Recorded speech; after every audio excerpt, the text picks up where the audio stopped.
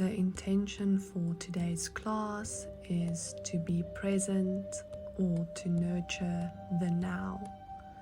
So to be non-judgmental in this space. To stay present, our main focus today will be the breath. Breath is prana or life force energy. So by ignoring the information your breath gives you, you are depleting your life force energy. And conversely, by listening to your breath, you are supporting the life within you. We can only spread kindness if we start with ourselves. Hello and welcome to today's yummy vinyasa based flow. So today's theme is Ahimsa. It is the first of the yamas. If you don't know what the yamas are, please go check my video. I'll link it in the description below as well. I have a video, an intro describing all the yamas. So Ahimsa is the first one. It is about non-harm, non-violence towards yourself and all living beings on this planet, the planet itself as well. So just spreading kindness and care towards all beings. This flow will be beginner friendly, and make sure you have 2 blocks and a strap nearby. Then I'll see you on your mat. We'll start today's class in a comfortable seated position, so either cross-legged. You can also sit in Baddha Konasana or butterfly pose. In a cross-legged position, maybe lotus, maybe half lotus, whatever feels comfortable to you, and then just rooting the sit bones down towards the ground, maybe removing the little fleshy bits of the bum so you can really feel those bones grounding into the earth, growing tall through the spine, and then maybe closing your eyes, just observing your breath here, taking a minute or 2 to just settle into your body, relaxing the shoulders down and away from the ears, relaxing your face, so your jaw, the space between your eyebrows. And then just take a deep breath or 2, arriving on your mat. Then when you're ready, you can take one of your blocks, option to not have a block, whatever, you can choose what you want to do. This class is all about kindness, so be kind to your own body. There's no judgment here. Listen to your body. Okay, then we'll walk our hands forward into a forward fold, and then maybe you can rest your forehead on the block. Just being in a little bubble with yourself, spending some time here. Keep deepening your breath. Maybe checking in with how you're feeling, what you arrived with on your mat today. Maybe if you can feel any tight spots in the body, we'll work into them, don't worry. So like I said, this is your practice with your body, and we are trying to practice Ahimsa. Obviously, we want to practice Ahimsa off the mat as well, but today we will be practicing Ahimsa on the mat. So be as kind and non-judgmental and accepting to yourself as you possibly can be. Maybe be curious, as if today is the first day that you have in this body. So instead of comparing yourself and your body to what it could do yesterday, or to what the person next to you is doing, or anything else, like I said, maybe just experiment around a little, be curious, be like, oh, this is cool. Yeah, be excited to explore the feelings and sensations in your body as if for the first time. Also be curious to see if there's differences between the 2 sides of your body maybe. Okay, then when you're ready, from your seated forward fold, you can come up slightly, then walk your hands over to the one side, again maybe sort of move your block width, and then folding over the one thigh, trying to keep both sit bones grounded, so maybe pushing yourself back, pushing into your hands, pushing yourself back. Make sure your shoulders are square, so bring your shoulder, your inner shoulder, this one, down towards the floor, and then really just sink your belly over your thigh. Maybe breathing into this open side body here. Trying to breathe in between every single rib. Another way that you know where your body's, I'm not going to say limits are, but when your body is starting to feel uncomfortable is the moment your breathing starts to get restricted. So if you can't breathe in this slow, effortless fashion anymore, then maybe just back out of the pose a little bit. Breathe for a moment or two, and then you can try and sink a little bit deeper. So we're working with the breath and not against it. Okay, when you're ready, coming up again, moving through the center over to the other side. Again, moving your block, if that is what you are decided on doing. Maybe notice if this side feels different. Again, breathing into the side ribs here. And seeing if you can relax and surrender into the earth even more with every single exhale. Just becoming heavy and allowing the earth to hold you. Maybe even feel your belly expand over your thighs. Feel your body open up. Maybe you're already more calm and more kind and compassionate than when you were at the start of this class. And when you've had enough of that, coming back through center, then tucking the chin and slowly rolling up, making your way to seated again. Then you can just place your block over to the side and meet me in a tabletop position. So in our tabletop, our wrists are stacked underneath our shoulders and our knees underneath our hips. Knees hips width distance apart. That's 2 fists in between the knees if you're unsure. Then we'll do the most zen cat and cow that you can do today. So on your inhale, lowering your belly towards the floor, drawing the shoulder blades together and looking up.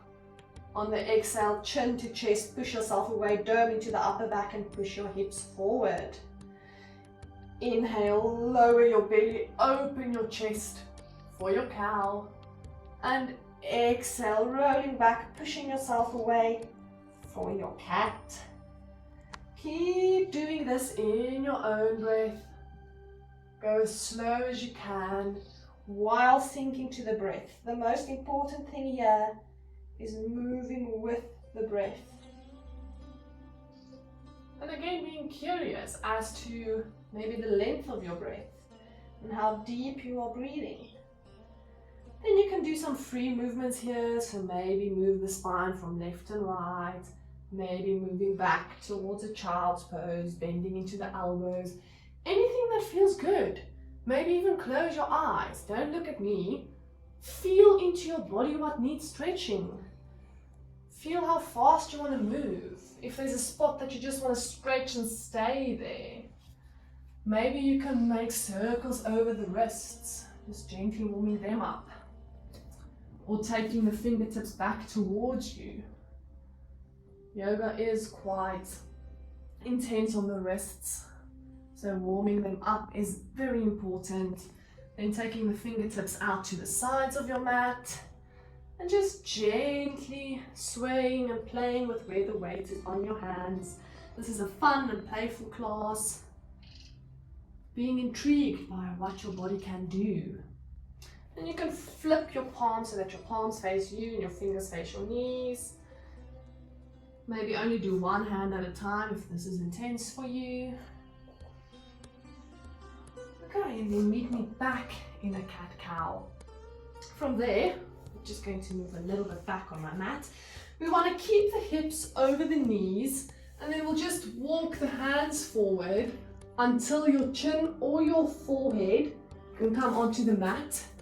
Again, you can grab a block if you want for your forehead. All of those are options. This is our puppy pose, so we are warming up into the shoulders. You might feel this quite generously in the shoulders. If you want a deeper stretch, you can try and place your chin on the ground instead of your forehead.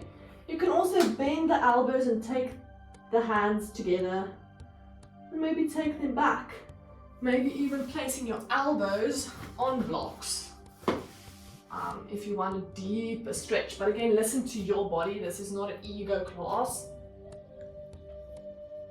So something like this. If you have really open shoulders, but the moment you start to feel your breath restrict just a little, you can feel your body tense. Let go, come out of it. Maybe stay there for a breath or 2 or 3 longer, and then attempt the more advanced move or go a little bit further in your body. So keep breathing deeply, pushing yourself, your bum back towards the room, pushing through your hands. And then when you're ready, coming to lie forward on your stomach, keeping the elbows where they are, for Sphinx posture. You can make this active or as passive if you want today, as you want today. So drawing the elbows back towards the hips and the hips forward towards the elbows, drawing the shoulder blades together. Then you have the option to press the tops of your feet into the mat and lift your kneecaps for some active legs. Notice if you can keep your steady breathing if you have active legs. If not, relax the legs, maybe shake the bum out and the lower back a little bit. This is a gorgeous heart opener. When we do heart openers, we open up ourselves to receiving love and compassion and joy from the world and others. We're also then more open to giving and spreading this positive energy. So see if you can tap into that. Maybe breathe into your chest, breathe into your heart space. And still continue with those slow exhales. Then from here you can tuck your toes, press into your arms, and then lift your bum up to the sky, maybe walking your feet forward for dolphin pose. Here you are pushing your chest back towards your thighs, again warming up into the shoulders. You can bend your knees as much as you need.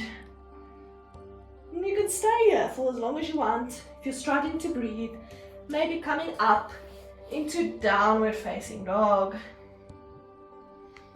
Again, bend the knees, maybe walk out your dog if this is your first dog for the day. So one leg at a time, bending into the knee. Then I invite you to bend your knees as much as you can, press into your hands and push your upper body towards your thighs. Once you are here, lift your bum up to the sky and then mount your heels towards the floor. The goal in down dog is to have a straight spine, not to have straight legs. Now make sure your fingers are nice and widely spread and you can really push through them. Again, opening up this upper body. Then rolling forward on your next inhale into a high plank. Warming up the body, engaging the core. Again, stacking the shoulders over the wrists. And seeing if you can breathe here. Can you maybe relax your body 5% more? Maybe relax your jaw, relax your neck, shake your head out. And then when you're ready, coming down for a very quick child's pose, maybe taking a slight sip of water, and then we'll start with our flow. Now we'll move on to our warrior part of the sequence. So meeting me back up and downward, facing dog, taking your hips up and back towards the sky.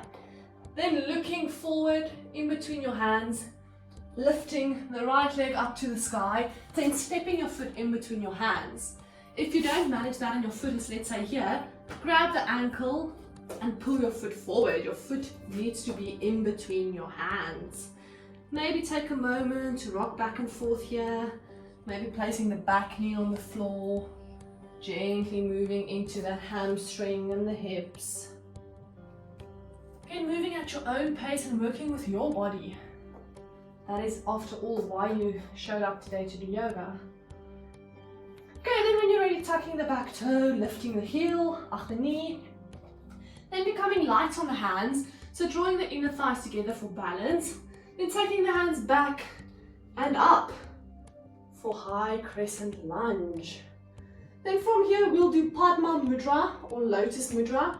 So bringing the hands together in heart center, then keeping the thumbs and the pinkies to touch and spreading the other fingers open like a lotus flower at your heart center. This mudra, we hold it at heart center, it opens up our heart and our heart chakra, so again inviting all that positive feelings of joy and compassion into our lives. Then you can even maybe take your lotus up and back for slight back bend. So we're doing a heart opener together with this. And coming back to center. On your next exhale, spinning onto your back foot, Opening your arms, sinking deeper into this front knee for warrior two. Take a moment to look down at your back arm, make sure it's straight. Make sure this front knee is pushing outwards. And then relax your shoulders, relax your jaw. Keep breathing deeply. Maybe you can try and isometrically pull your 2 feet towards each other to activate the legs. See, we can work hard and breathe and be calm. Then on your next inhale, flip the front palm, leaning forward and taking a reverse warrior. Your back hand can either walk down your back leg or you can take a bind around your lower back. Again, maybe breathing into this open side body, feeling the space you created. Then back to warrior two.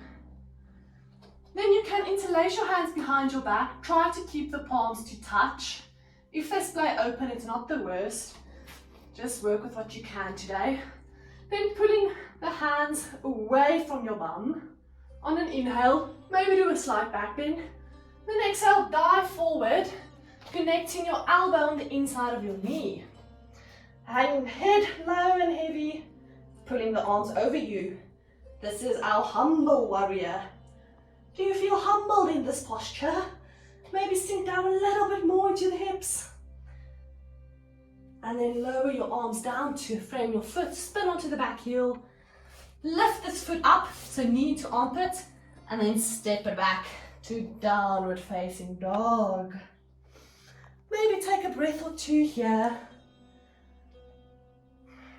Getting back to your breath if you've lost it. That's also okay. So again, if you judge yourself now for pushing too far and restricting your breath, that's also not Ahimsa. Ahimsa is accepting yourself exactly the way you are in that moment. Okay, then the other side. So inhale, lift leg up, look in between the hands and step that foot in between the hands. Then becoming light on the fingers, squeezing the inner thighs and the bum together, taking the hands back and up for a high crescent lunge. Maybe taking a moment here to put your hands on your hips and making sure they are square. So pulling the right hip forward and the left hip back in space. Then our hands are going to come into that lovely Padma Mudra again. So pinkies touching, thumbs touching, the wrists splaying out and open, making a little flower at your heart center. Then inhale your hands overhead, maybe taking a very slight, very gentle back bend. Coming back to heart center. On your next exhale, warrior two or Virabhadrasana 2. Again, relax, sink into this, becoming heavy onto the earth. Maybe being grateful for this earth, for holding you, for grounding you. On your inhale, flip your front palm, leaning forward and take it up and over for that reverse warrior. Still bending deeply into this front leg, looking up towards this top hand, or maybe just the ceiling. Breathing into our left ribs. Then coming back to warrior two. Again, interlacing the hands, palms touching or as close as you can get it at the back. Inhale, back bend, pulling your hands away from your bum. And exhale, dive your shoulder to the inside of your knee. Let your head hang heavy. And then lower down. Breathe here. We are humble warriors. Then pushing through your feet and pulling yourself up again with your hands. Framing your foot. Stepping your foot so that your knees into your elbow. And then moving back to a downward facing dog. Then looking in between your hands. Stepping forward. You can also jump or do a handstand hop if you can breathe deeply while doing it. Inhale, halfway lift, so hands on the shins, flat back, looking down in front of you, and then exhale, bending the knees, folding from the hips. So ideally you want the belly and the thighs to touch. And one of my teachers once said that if you can't get your belly to your thighs, then bring your thighs to your belly. Hence we are bending into the knees. Again, prioritizing a straight spine over straight legs. Shaking the head out, yes, no. Releasing any and all tension in the upper body. Forward folds, or just having our head below our heart in general, is very good for the parasympathetic nervous system, so it activates our rest and digest, letting the nervous system know everything is okay and we are safe. Option to grab hold of opposite elbows and sway side to side for a little ragdoll. And then on your next inhale, keeping the knees or bending them even more, pushing through the feet, chin to chest. How slowly can you roll up all the way to standing? Once in standing, take a moment in mountain pose. So palms, fingers spread and palms facing forward. Standing nice and tall and strong. If you feel a bit dizzy, that is perfectly normal. This pose builds confidence as one of our power postures, so maybe feel if you can feel confident and powerful. Pressing into the feet, maybe lifting the kneecaps up, squeezing the bums, squeezing the abs, make this an active mountain pose while still remaining soft and calm. You can be strong and soft at the same time. Then we'll do a few balances. So our first balance is dancer pose. For this, you might want to get your strap handy. So I'm just making a little loop for your foot. And then maybe pressing your weight first just into your left foot, or first just playing around with your weight in your feet. Getting heavier and heavier in the left foot, maybe lifting the right one up a little bit. Just playing with the distribution of weight. And then once you feel fairly grounded on your left foot, lift your right foot, just put the strap through there first.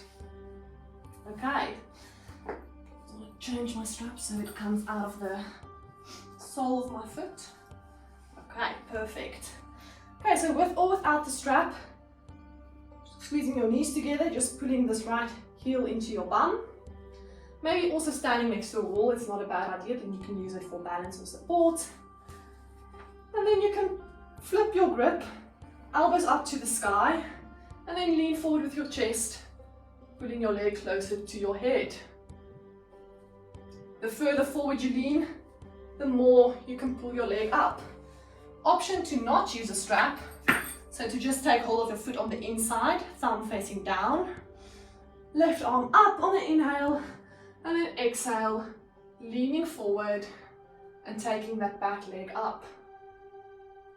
Feeling the right shoulder disappear behind the left. And then when you're ready, come out of it as gently as you can. And know that balance is also relative and changes between days, and that's okay. Like I said, we're just curious today, seeing what our body needs and feels like in this specific moment. Okay, then we'll move on to dance on the other side. So again, just playing around with your weight. Maybe lifting the toes of the right foot, spreading them and squeezing them into the mat. Again, option to use your strap. If that's what you want to do, you can also place your strap around your ankle. There's not really a right or wrong here. Okay, squeezing the knees together, heel into the bum. Taking your hands back so that your elbows are facing up to the ceiling. Inhale, lengthen. And then exhale, lean forward, pulling that leg up. The idea is not to have straight arms, but to actually, let me just find my balance. So actually, as you work into it, to walk your hands on the strap closer to your foot. Okay. Then again, maybe explore both options. So maybe play around with the strap, feel what that feels like, and then just take hold of your foot. So thumb on the inside of your foot, and then inhale up with this arm, and exhale, leaning forward. Sure, my balance is not too great today, but that's okay. I'm just observing that and accepting it. Looking at a still point that's not moving, Then on your next inhale, slowly release, maybe shaking out the legs. Then observe how your breathing is now after doing those poses. We tend to, the moment we need to focus in a posture, we tend to hold our breath. So maybe observe and be like, oh, okay, I did that. Next time, let's see if we can maybe try something else. Okay, then we'll do our last balancing posture, tree pose. So option to take a block, it's not necessarily necessary, but I'll show you now. So again, shifting the weight into the left leg, making sure this whole left leg is strong, so drawing the kneecap up, squeezing the bum. Then this right leg, you can just come onto the tippy toe, maybe placing the foot beside your left one, just like this on the ground. If you want to move a little bit further, you can do this on a block, placing your tippy toe on a block. You still get all the benefits here, opening the leg up, working into this hip. Maybe you can breathe here, observe your breathing. If this is okay for you, you can maybe take the block away and just place your foot on your calf. See how that feels for you. And if you want to work nice and hard, or you are very confident in your tree, you can take your foot all the way up to your thigh, and then here, press your foot into your thigh and press with your thigh back into your foot. That should help with balance. Having a strong standing leg, you're looking at a space or a spot that's not moving. Really open this leg up. Option to have fun with your tree, so opening the arms to the side. And imagine you are an actual tree. So maybe your branches are swaying in the wind. If you fall out of it, that's okay. Just come back. Just have fun with your tree, dance around a little bit. Maybe stay still, maybe revisit that Padma Mudra. And then when you're ready, slowly, gently let go of it, maybe shaking out this left leg. Well done. Onto the other side. So right foot and leg strong, grounding, balancing us. Then coming onto the tippy toe of the left foot, just placing it beside the right one. Maybe again, explore the block option. Like I said, no expectation. There's no expectation for us and on our bodies today, or for the two sides of our body to act in a similar way. Maybe your balance is different on the one side than the other. I wanted to say better, but that's relative. Like, who decided what's better? Okay, then another option that you can explore is just resting your foot on your calf, or again taking it up all the way. And notice, like I said, all of these options do the exact same thing. So still have a straight spine, relaxing the shoulders down. You must just find the one that fits your body and its needs the best today.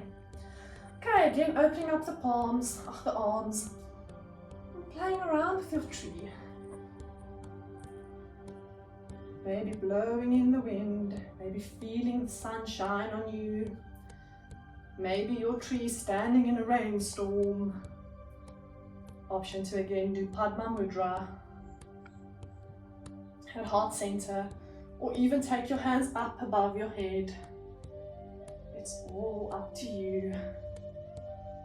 And then once you've had enough of this, slowly lower your leg down and shake it out.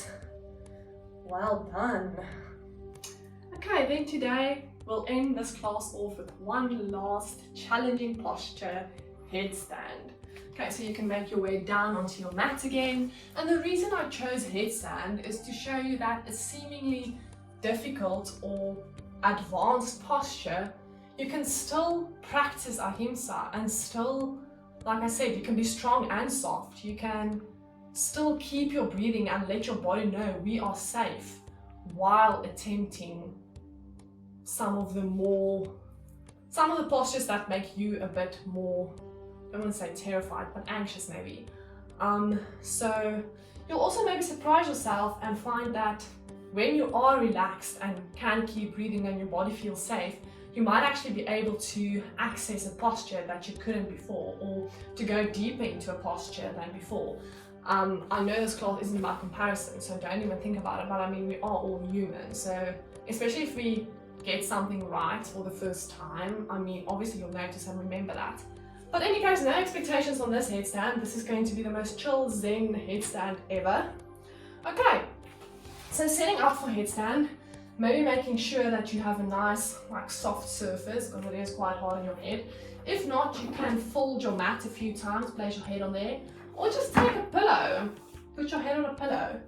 Okay, then play around with the weight where you want it to be on your head. So generally it's like in the middle. If you sit or stand up and someone were to pull a string from your head towards the ceiling, like from the middle of your head.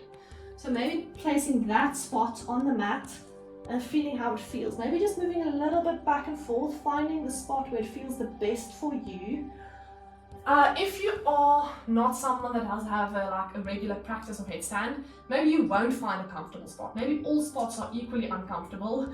That's also okay. I mean, if you've never been balancing your whole body on your head, obviously it's going to feel a bit unnerving and uncomfortable the first time. So just see where you're at. If you don't feel it, you can always regress a little bit, change your head position, try again.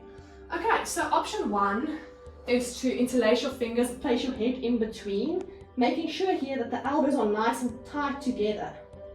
Option 2 is to still place your head exactly where it was now, but to take your palms and place them in the place of where your elbows was just now. So doing a tripod headstand. And for this, again, you are hugging the elbows in. I prefer the tripod headstand for beginners, but again, see what feels best in your body. And you'll see now why. Okay, so that's step 1, is just finding your hand placement and your head placement. And then here, especially, again, that's maybe why I like tripod, is you can push into your hands. You see, I can literally lift my head up if I push hard enough into my hands. So if you're feeling like heavy and weight in your head and it's uncomfortable, just push hard into your hands. Like, see my arm shaking? That's me pushing into the floor, and then I can't feel any weight on my head. Okay, so if you're here and you can still breathe, you're still doing good, then maybe tucking the toes, lifting the bum up to the sky for a down dog. Then walking your feet closer. If you're still okay, trying to get the knees onto the elbows, and then maybe just lifting up like this. This is our clown pose. Again, keeping the shoulders nice and tight together, pushing yourself away from the floor, no pressure in your head or your neck. If this is okay for you, then pressing into your hands, spreading your fingers nice and wide, activating your core, and then just lifting up a little bit more. You feel my body is a little bit tired, and if that's you, then you can honor that. But like I said, this is our last practice, so let's make it a good one. Pressing into the hands, in the core. Maybe you stop here. Maybe you straighten your legs as slow or fast as suits you. Like I said, my body's a bit tired from demoing and talking. This is my practice, I'm also going to honor it.